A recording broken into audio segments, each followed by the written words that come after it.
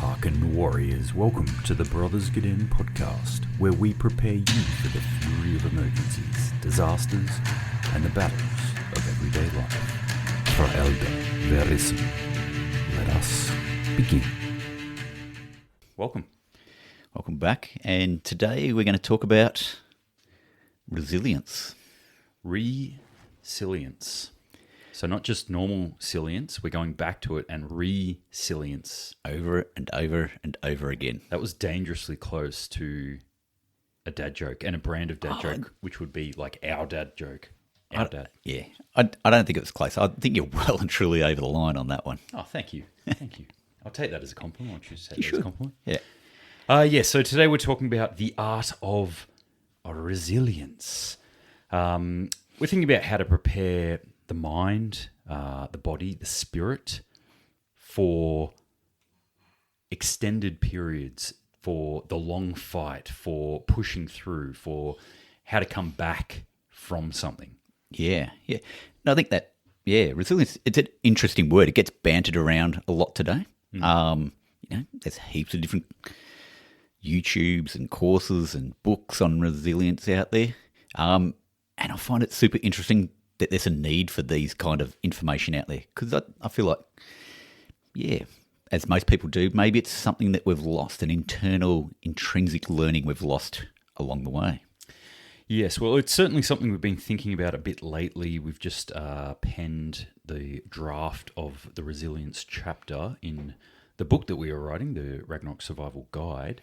So for those who aren't all over it yet, maybe this is the first time to this podcast, the Brothers Gadenne Podcast. We do have a website. We are building online courses on there, and I've just finished the first run of the Survival Psychology 101, which is all about resilience. So I built out that online course. It'll be hopefully up and running very soon, if not already. And we've been working on this idea, really pulling it apart. What is resilience, and creating a chapter in the book that who knows when that'll come out, but it's getting there. Yeah, it's getting there, indeed.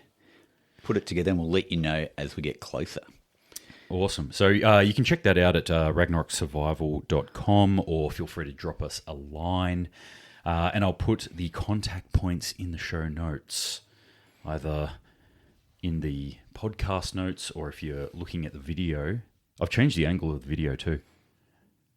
Yeah, usually we're shooting across, and now I'm shooting straight down the camera. You're looking at profile. So check that out for all those people who are listening to the podcast only. Yeah, and actually on that, I just want to give a shout out to a comment that we got on one of our last videos on the YouTubes.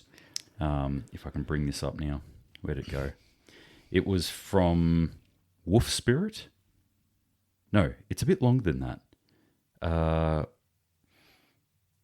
This is the worst editing ever. I really should have been on top of this. Here it is. It just dropped out. Let me get this right. Koyos Wolf Spirit, at Koyos Wolf Spirit. I don't know if I'm pronouncing that right. Koyos Wolf Spirit, or maybe it's Ko-Rios or Korios Wolf Spirit. Made a comment on the tribe you come from. Yeah, in your pronunciation. His comment is, "Fuck it, I'll listen."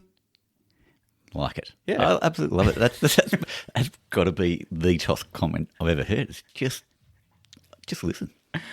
If you want any of your weird comments read out, please feel free to chuck them in the YouTube comments or on any of the podcasts. The podcasts are actually a little bit harder for me to find, but usually it filters in. But I'm not usually looking at these things that often. I'm not one of those people who's like obsessed with social media, so I'm like looking at everything. Just every now and then I flick on there and go, is anyone complaining about our shows? Sometimes the levels are out. I get that. I'm trying to work it out, but we're getting there. Getting more tech savvy every day, or maybe less. I haven't figured that one out either. All right, let's jump into it. I've got a little quote here. Pain is inevitable. Suffering is optional. That's from Haruki Murakami. So I like that. Pain is inevitable. It means that, look, doesn't matter what you do in life, doesn't matter how comfortable you want to make yourself, that you're going to go through some sort of pain. And the suffering part is optional. So I like to relate this to a lot of things you do in life. There is, imagine a big bucket of water. This is your bucket of pain, and you've got to choose how you're going to drink this bucket. You can even have it dropped on your head, or you can choose to drink it one glass at a time. I like that. I like that analogy.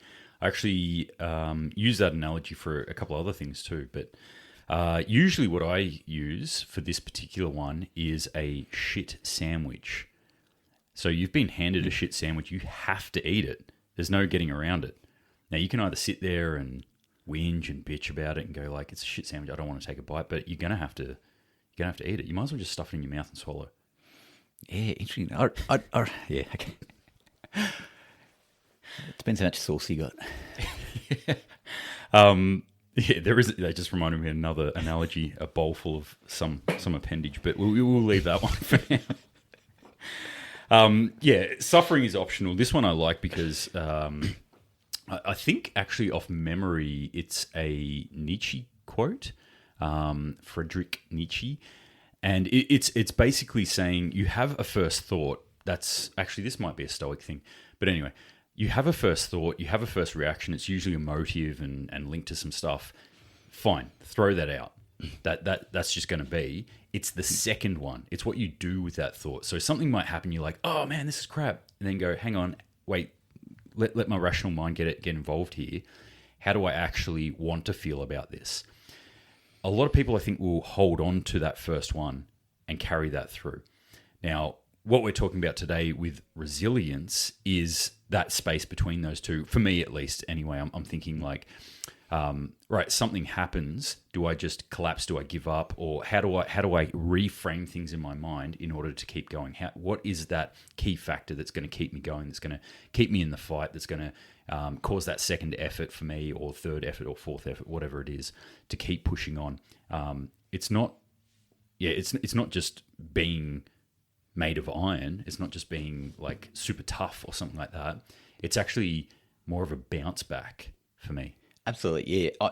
I don't necessarily agree with this idea that, yeah, resilient means that you just will weather it under all conditions, but you need to have a way to weather it, or a way to come back after insult or injury. I think that is the key to resilience, as opposed from just being a rock. And, the thing I'm always interested in whenever I'm learning about subjects, I'm thinking about survival, I'm thinking about prepping, I'm thinking about whatever it is, especially with these sort of more psychological aspects of it. Can it be trained? Can we train resilience, or is it just something you have or don't have? I think absolutely it can be trained. And I think about this training, particularly in this area of the mind. This is sort of where we have an inbuilt reflex. And so we call this the fight, flight, or freeze reflex. And we have one already inbuilt because that's the way nature made us, and we wouldn't survive otherwise. But what I believe, something I've learned throughout my years in doing martial arts and training with defense, is that you can rebuild. You can rebuild a new reflex. So you might not be happy with your reflex at the moment, which might be to freeze or to run. But you can build a new reflex with training.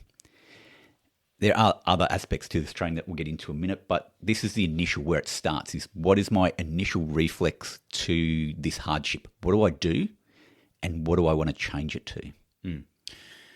Yeah, I certainly hope you can train it, because I've built a damn course on it. All right, so let's start by going back, kind of reframing this a little bit. We've touched a lot on this, but we'll just kind of reiterate this and set the frame, set the scene. What is resilience? How is it often seen, or how do you see it seen or explained, or how people think about it out in the world? So I think resilience is, look, it has a lot of layers to it. I mean, we're talking a lot now, and a lot of people, when they talk about this, talk about the self, how you feel as an individual, what happens when you suffer from something that is a little bit of hardship. But resilience expands from there. So it goes from your mind to your body. How does your body respond? How do you make your body more resilient to inputs and outputs? How do you make your equipment and the things around you that you carry, do they improve on your resilience? How do you make the people around you, your community, more resilient, and your general environment that you live and work in? How do you make that more resilient and work out from there? Yeah, quite often what I'm seeing out there, and we've had a discussion about this before, the resilience when it's taught or talked about out in the world, in the blogosphere, that's not a thing anymore, the podcast sphere, the YouTube sphere, I don't know, the influencer sphere. Yeah. When people are talking about resilience, it's very personal. How do you do something to improve yourself, which is absolutely foundational. It's very important. But then I often see a bit of a gap for it then bouncing out or being pushed out into other spheres or further and further spheres. Absolutely. I think those conversations just end just way too early. Just talking about the self, like that's the start of the conversation. It's nowhere near the end of the conversation about resilience. Yeah. So, like, obviously we put a bit of import on this. Not in port. Which is a good idea. Could go a port, actually. No, we put importance on this idea because this is actually one of our entire spheres. Our training is broken up into 4 different spheres that are interlocking and all work off each other and all aid in the other spheres being better in some way. So that's physical, it's knowledge, it's skills, and then the 4th sphere is resilience. So resilience is really one of those key ones that allows us, you can maybe start to slide in there will or stick-to-itiveness. There is a lot of crossover, a lot of lapping in all those areas that all seem to come under the banner or the name of resilience. So it's obviously a big thing for us, resilience, training resilience, thinking about resilience and how it interties with the other things. Just as a rough example, if I'm thinking off the top of my head, so physical. I can go and train myself and I can be quite a good fit, quote-unquote, person, but it's kind of like maybe I only train when the sun is out and I feel really good and everything is optimal. So my body's not hurting, I'm feeling full of energy, I'm feeling excited about life, the sun's shining, I'll go out for a jog, for example. Now, if you speak to my wife at all, she'll tell you that I never go for a jog when it's sunny. That she goes, there's something wrong with you in your head where it's like, oh, it's raining outside, or it's sleeting, oh, it's about to snow outside. That's the time I'll be going out there. It's 3 a.m. and it's 2 degrees. Yep, that's the time that I'm going out there running. There's something about that, like, I think running is just so painful for me that I like to enhance the pain in other ways as well. I might as well just lump it all in. But it's about that resilience. It's about me getting up in the morning and going, I don't want to train. But the resilience there is going, no, actually push through. That mental toughening, that mental discipline. And being comfortable in uncomfortable situations. So the reason people stop and don't run out in the rain, it's not because you get wet, because you get wet in the shower. There's no issues with that. You're going to get home and you're going to get warm and dry.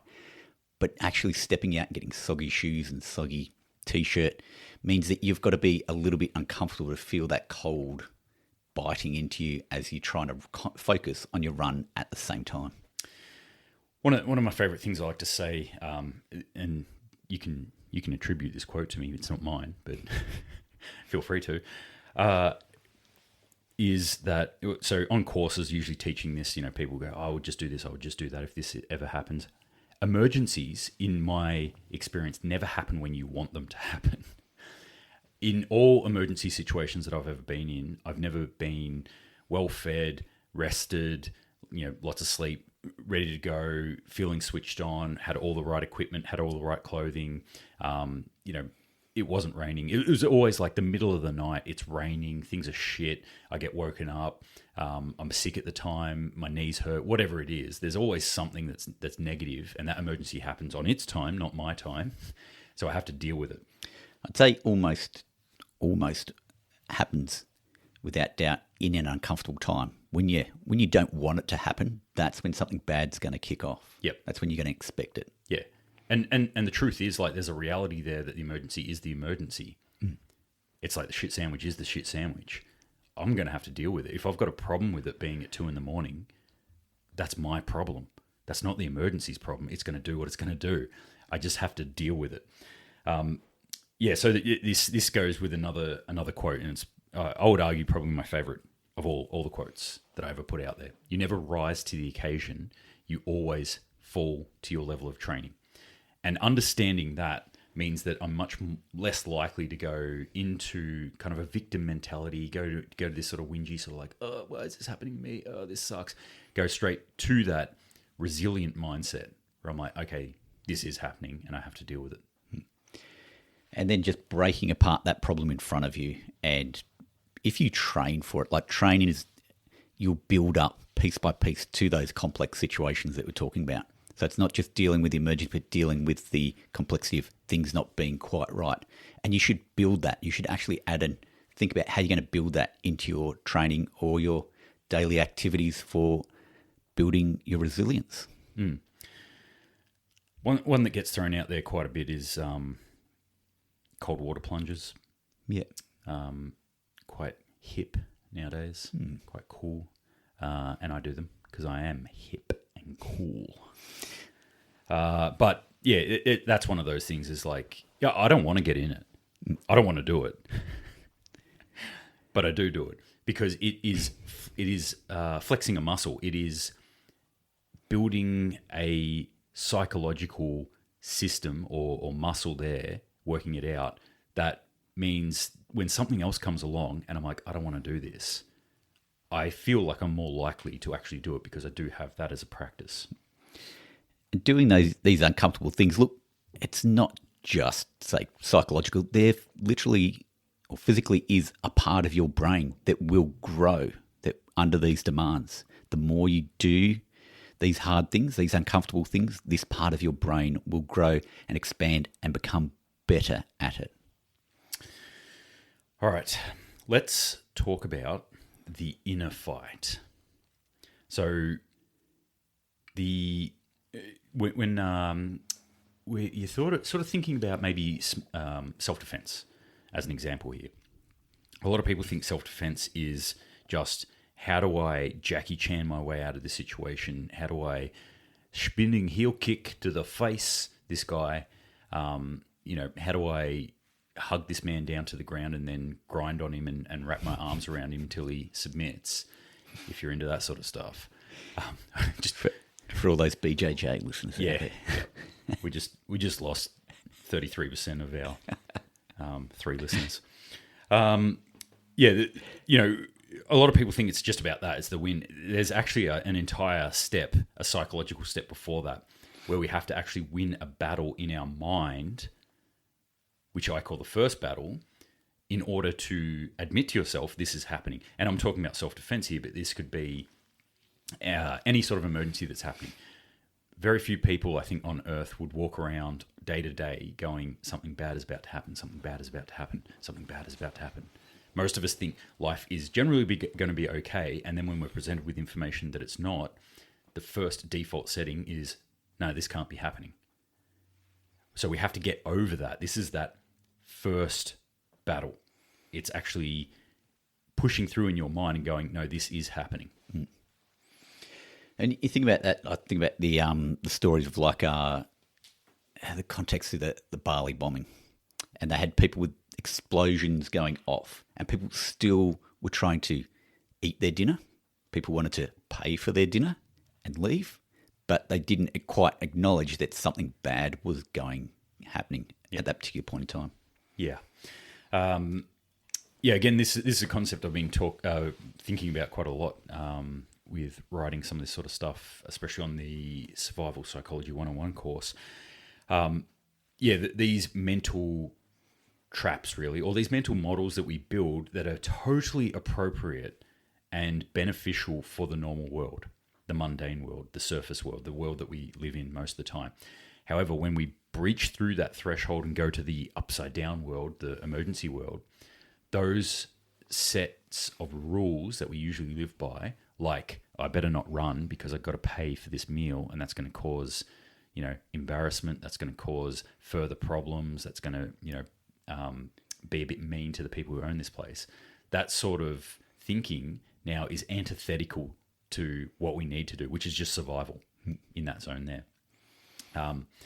So part of this kind of idea, how we bring this back into resilience, is that we are being aware that these bad things can happen, that we're building a mindset that is able to adapt quickly to new information, and that is also able to hold those two realities in that space and not fall apart, break apart, and become some sort of fear-mongering, weirdo that just... Yeah, and I suppose not letting one of those realities take over too strongly in your mind. Just understand that they need to coexist. Yeah. Yep. Cool. So there is a way you can sort of think about this, that a lot of the stuff that we're doing in the normal world that we're seeking is comfort, essentially. We want to be comfortable, and we want to be comfortable more often. So we have air conditioning units in our house, or fireplaces, or whatever. We keep an even temperature in our house and in our cars. We rarely expose ourselves to extremes of temperature. We rarely expose ourselves to elements like rain, like snow, unless we do it in a very confined, constructed way that is pleasing to us. So I can go snowboarding as long as it's not too sleety and rainy. The sun's got to be out. It's got to be fresh powder. Yeah. So, this sort of stuff actually works against us, because we are training, like you were saying before. We can grow parts of the brain. We can train parts of the brain to grow stronger by practicing resilience. And we need to do that because we're growing parts of the brain stronger that are seeking comfort and that are getting used to comfort. And you'll become comfortable with being comfortable. So you'll forget how to be uncomfortable and what that feels like. And then that relates to your body, to your mind as shock. And then, you react accordingly in a state of shock. To touch back on the cold water, not the cold water plunges, but the thing you said right at the start of like a bucket of water being dumped on you. One of the analogies that I use is between the mundane, the ordinary world and the emergency world, is being thrown into the emergency world is akin to being thrown into cold water.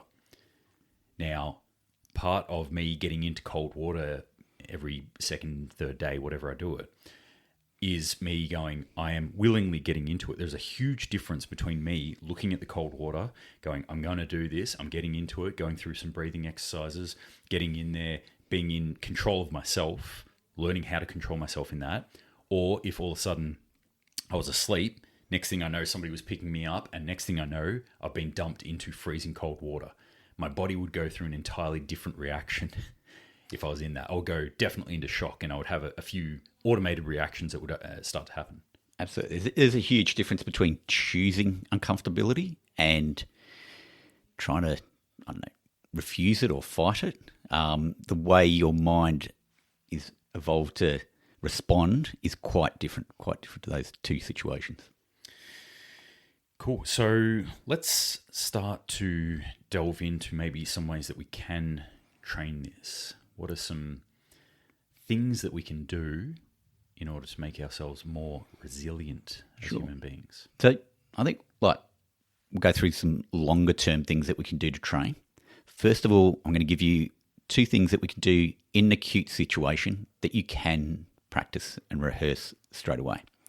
So we get into an acute situation where we something surprises us, we get upset, or we're anxious and we want to calm down immediately and take control of the situation. And you can practice before you go into your ice bath, before getting up to talk, or before putting yourself in a comfortable situation.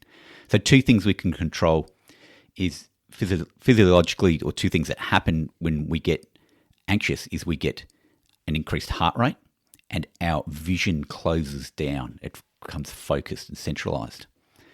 One thing we can do, people talk about this often, is breathing. So through breathing, you can slow your breathing down. It's one of the mechanisms that you can quite easily control, and that in return will slow your heart rate down and stop some of those fight or flight feelings and emotions. So you start, there's two methods that I'll talk through now. One is the box breathing. It's 4 breaths in, hold for 4, 4 breaths out, hold for 4.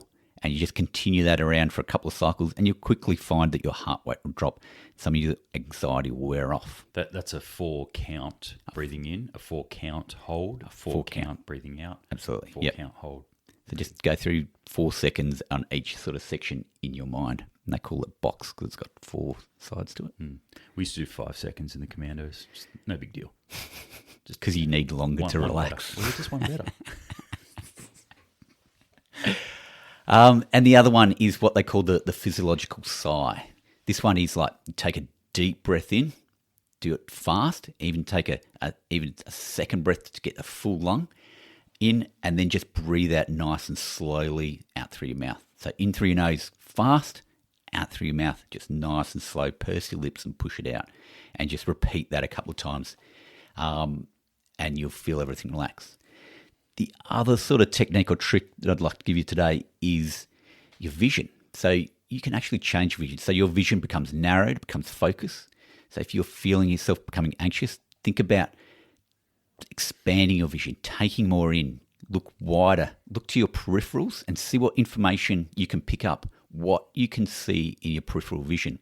This will cause your pupils to constrict in a little bit. You take in a little bit more of that outside information, and your body will respond in kind by slowing down. So, like, in a kind of way, what we're doing there, you've got a psychological stimulus causing a physiological response. You're seeing something that's like shocking or whatever, so you're having increased heart rate, increased breathing rate, you're having that adrenaline effect. Then you're reversing that. You're going, hang on, I'll take control of what I can take control of here physiologically, and that should then work psychologically on you.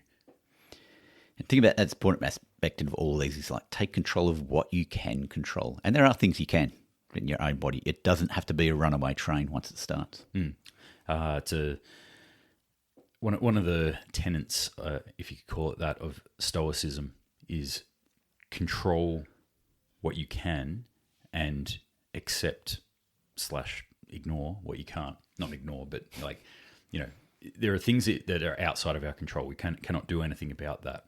Worrying, concerning ourselves about it is not helpful. So we look at, okay, what can I control? What can I do? And breath is a great one.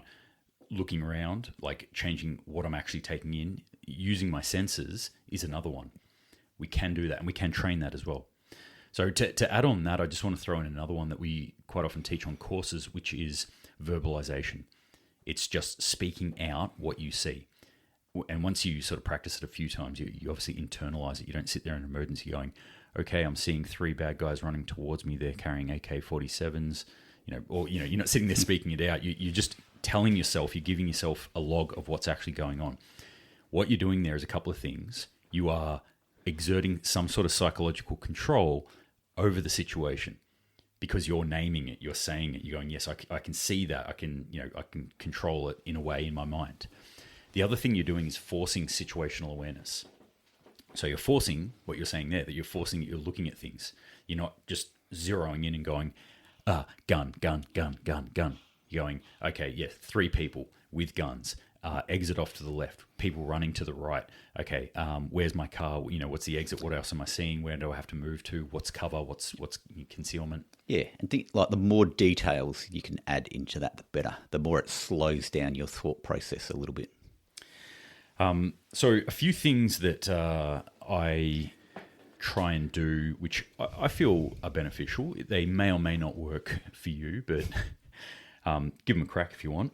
So, yeah, a bit of breath work, like you were saying, like learning how to actually breathe, control your breath, especially the psychological sighing one, I probably do more often than not. Box breathing, I do a little bit. but it has to be really conscious for me. Like I quite often forget it and then go, oh, hang on. Yeah, I'm sucking in big ones, try and slow it down. And I'll do that when I'm training too. So when I'm doing workouts, especially like Metcon workouts or high intensity interval training, something like that, and you're just gassed at the end of it, I'll really try and at that point go, okay, now's the point where I want to try and control that breath, because that is similar, physiologically speaking, to how I would be or how I have been when I'm in emergencies. Yeah, it's a great time to practice it when you are sort of pumped up after a workout, because you can control that a lot more often than waiting for some sort of other response where you're worked up and anxious. Yep. I've got other morning routines and habits and things like that I've tried to implement, like disciplines and things like that. So exposure to heat, exposure to cold, the old sauna / ice bath. I don't do ice baths. I just do cold water. Cold water? It's just too much of a stuff around for me to like fill a little bucket thing with ice and get in it. So it's pretty cold where I live. So in winter, it's fine. I'm surprised it's not ice if you just left a bucket of water outside. Yeah. I've got a little barrel thing just outside the door, and in the dead of winter, you've got to crack the ice off it. But it's just a way. Sometimes I just go and stand outside, with no shoes on, no shirt on, or something like that. And so it's cold out there. I'm exposing myself to that, and I'm doing that purposefully. Journaling is another one for me, and this might sound weird to people. It's like journaling, like how does that even fit in? What I'm actually doing there when I'm journaling, dear diary, today Anthony yelled at me again and pissed me off. No. It's actually just a reflection of how I'm feeling and what's going on. So it's teaching me subconsciously, but I'm doing it overtly as well, that to listen to how I'm thinking and what's going on, to check in. So I get up in the morning, I do a little meditation practice, 2 minutes, 5 minutes, 10 minutes, whatever. And what I'm doing is just sort of like dropping in and being there. And then I write, how am I feeling that morning? Usually, I'm in pain and I didn't sleep well. I'm tired. That's no surprise. But it doesn't matter what it is. Might be feeling fantastic, might be feeling crap, but it's just teaching me to figure out how I'm feeling. The idea being that I get more articulate, I get more able to converse with my own body, with my own thoughts. So I should be able to do that under pressure. You do not rise to the occasion, you fall to the level of your training. So if I'm training this sort of stuff, I should be able to do it in an emergency. It becomes default. Anything else? No, I mean, you get the theme on this. A lot of it is just creating your own self-awareness. So knowing yourself, knowing what you feel, and knowing to be aware of that in these situations. Yep. I kind of want to jump here to another subject, and it's, I don't know how to sum it up. Fear is not the enemy is what I've got written down. But really, it's this idea both of resilience and of fear that I quite often come up against but when I'm talking to people, they go, oh, you know, resilience, right? I need to be unbreakable. That's not my concept of resilience. Or I have to be fearless in these situations. And that's not my experience. I am pants shitting fearful in emergencies quite often. I think it's an interesting. So we both come from a special forces background, and there's probably a bit of an assumption that you guys go, no, you don't feel fear, like you're not afraid, and you do all these dangerous things. But I would challenge that. I don't think there is anyone in special forces that doesn't feel fear. Fear is an important part of our emotion structure, and I think it's good to know all your emotions: fear, happiness, love, joy, sadness, and you should exercise these emotions at every chance you get, like you would any other muscle. If you do not exercise them, you will not have control over them, fear included. So you need to find a safe way to exercise all these emotions. Yeah. Being in an adrenaline state is similar in some ways to a really hard workout. So I can't be in an adrenaline state very often. It's hard to manufacture that, but I can do a hard workout where I'm gassed. And so I'm simulating that in a way. And I'm giving myself exposure to it. So my body's getting exposed to it, my mind's getting exposed to it. And then when it does happen, it's not like, holy shit, what was going on here? I'm freaking out. It's like, oh yeah, I know this zone here. You can still operate. You can still do stuff. It's okay. Fear is similar. It's hard to simulate fear in a safe way. But if you can do that, it's worthwhile doing it. Becoming accustomed to this, knowing what fear's like, and then understanding. Fear's one of emotions in the modern world that people are like, that's bad, that's icky, I don't like that one, we're not going to have it. I don't like being sad, I don't like being fearful, all this sort of stuff. And so it's avoided. Where what we actually need to do is develop a relationship with our fear to understand that fear. Because fear to me it's like, this is here for a reason. These emotions evolved for a reason. The limbic system evolved to keep us alive on a very, very short timeline. So, a short, very fast acting sort of thing where we don't have time to analyze things. We don't have time to weigh up data and go, oh, this is good, this is bad, maybe I should do this. We're not buying a car. We are running from a saber-toothed tiger in this situation. So fear is telling me something. It's information, it's data. It's going like, hey, something's wrong. Quite often my conscious mind might not have picked up on it. My subconscious mind's just going like, bad, get away. So it's a warning signal that goes, hey, wake up. You need to do something right now. That's certainly the way I've felt it. The absence of fear is not a good thing. Learning to deal with fear, having fear there, and then going, okay, now what do I do? And being able to function with these feelings. Like, again, you've got to know that you're feeling fear and not having it overwhelm you and still being able to function, do the things that you do. I know, look, when I was a specialist, we do parachuting. A lot of guys hate it. You go, oh, they're out there jumping out of planes. I hate it. Yeah. Jumping out of a plane is scary. It's not fun. Well, most of the time. And it's for a lot of guys, it was not an enjoyable thing, but they learned to overcome that fear by working their way through it and still being able to function and do the job. Yep. Yeah, I was terrified. A lot.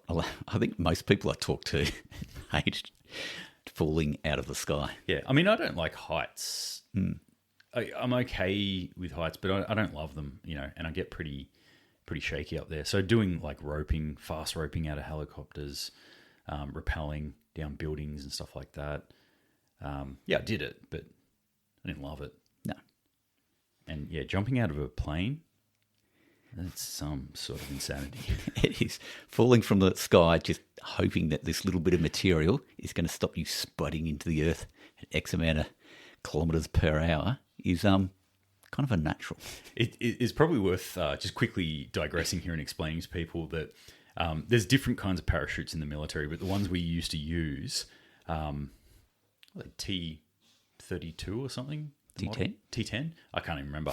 Anyway, they're a parachute that's designed to drop a large amount of human beings onto a relatively small area very quickly with almost zero control for those human beings, because you start giving soldiers autonomy, especially in the air and under fearful circumstances. They start doing crazy things. So you just kind of fall to the ground, and I heard it described once as you're coming down at the speed as if you were jumping off a second-story balcony. So you're hitting the ground hard. Yeah, I once had it described to me as this, look, when you leave the plane, if you didn't have a parachute, you'd have 10 seconds before you hit the ground. Now you've got a parachute, you've got 40 seconds before you hit the ground. It was a lot slower. No. Yeah. So that just to illuminate why, it's not like just the idea of parachuting totally fills me with fear. It's just like that my particular experience through the military does. All right. So let's talk about some practical tools or things that people can take away. Obviously, we're not going to tell you every little thing that you could do, everything that's going to work for you. Just a couple of little ideas to get you thinking about it.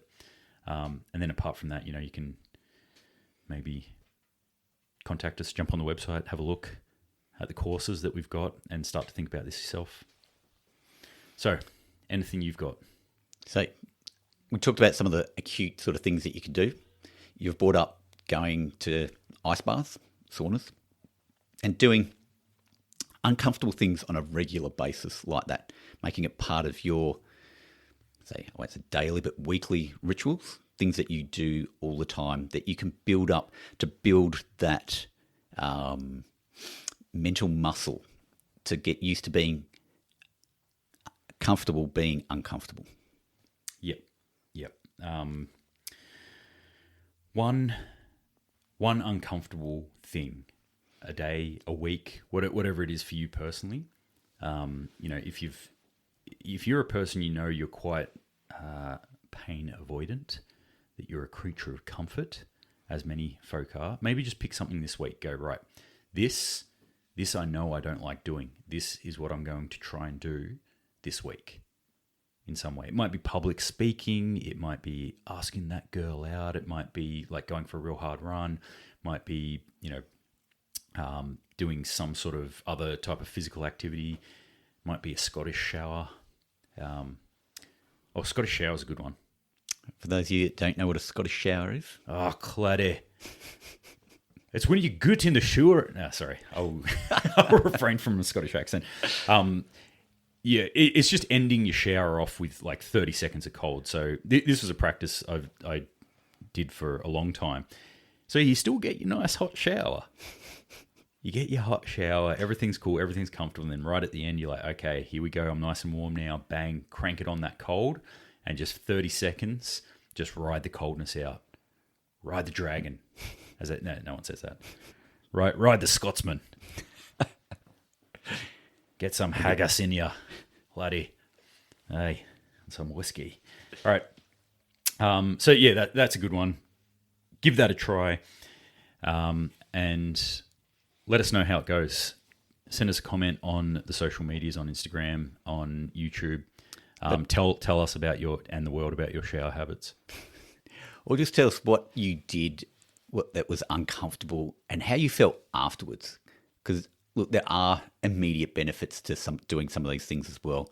If you're successful in staying in that ice bath for that extra minute, that extra 30 seconds, you will have accomplished something. You will get a bit of a dopamine rush from it. You will feel good for doing these uncomfortable things. There's lots of reasons why you should do uncomfortable things, but on top of the benefits you'll get, you'll learn how to be comfortable in uncomfortable situations. Sleep outside. Yeah. I'm a weirdo, right? Yeah. Should be well known. There was a period where I decided I'm just going to sleep on the floor. And all I had was a yoga mat and a doona. And that was it. And I just slept on the floor. Did it for a while too. And I was living in I'm not living out in the bush at this period of my life. There are periods where I was. But at this point in my life, I was living in Bondi Junction in Sydney, paying exorbitant rent to sleep on a floor. That's a good plan. Yeah. But it was uncomfortable, and that was kind of the point of it, I guess. I think. I don't know. I'd have to interview my past self. He's a weird dude. Okay, let's wrap this up and kick this one into touch. So some key takeaways from today. Do you have anything? So get out there, try these uncomfortable practices. Find what you can do now on a weekly, daily sort of basis to test this out. Test it out in a safe way, and then build it up and let us know when you actually come across that day where things aren't where you want them to be and how your training progressed into that. Let us know how it worked. Yeah, definitely let us know. I'm keen to know how it works for you. The one of the key takeaways for me, I think, was something you mentioned earlier. We kind of slightly touched on it. We are talking about that self version of resilience, but it's about building that self resilience and then letting that emanate outward. How does that affect my family? How does that affect my family? How can I encourage others to build resilience? Because resilience, there's the individual version. Then there's how do I make my family more resilient? How do I make my finances more resilient? How do I make my systems more resilient? How do I make my community more resilient. So, that's something to think about. This is a launching pad. This is a foundational part, but it is the foundation. We need to then build on it from there. The other thing is, if you haven't got it yet, that far from resilience being something that is inherent within people, like you just got it or you don't, it is utterly trainable. I don't think it is actually inherent in anyone. I mean, it's inherent as it is in anyone, that we are all made of the same stuff. We have lasted however long as a species and have evolved. So obviously the resilience code is there within you, in your DNA, to unlock. But it is something that requires training in order for it to come out. And we've talked about doing this as an individual. I recommend try and find other resilient people to hang around with. You as a person will become like the people you hang around. So if you want to be more resilient, find others that already have it and just hang with them. Yeah. Yep. Just listen to this podcast. That's all you need. That's all you need. All right. Yeah, just to wrap up, I've only mentioned it like 6 or 7 times so far, but we've got the latest Ragnarok survival online courses being pumped up there. So to do with this course, I think you've got the risk readiness protocol, which is the first, and it's the course that you have to do in order to do any of the other courses. More about planning, of start to get you in the right mindset. There's a little bit of this sort of stuff in a couple of the preparedness course, but really the survival psychology 101 course focuses on this. It's about how do we shape our minds? How do we change our mindset? What's actually going on in our brains in an emergency? So check that one out, and we'll keep tapping away at the book and hopefully get the Ragnarok survival guide out there. It's coming. It is coming. It is coming. So watch this space. All right. Yeah. Plug of all the social things. So if you liked this episode, or you liked us, or if you hated this episode and you hate our stupid voices and faces, let us know. Put it up in a comment, because it actually affects the algorithm, and the algorithm doesn't care if your comment is good or bad. It just spreads the word. No, help us spread the word. Obviously, what we're trying to build here is something that really benefits everyone. It's going to benefit you. It's going to benefit your community. It's going to benefit the people around you, your families. So help us spread the word, get it out there, share this particular podcast with a friend. Say, hey, listen to these idiots, and they might like our stupid faces and voices. Who knows? Cool. All right. That's us for today. Thanks for listening. Thank you very much. We will catch you next time. See you on the next one. That is the end of this tale. Until next we meet, keep the fires burning. Fra Eldi Verissimo.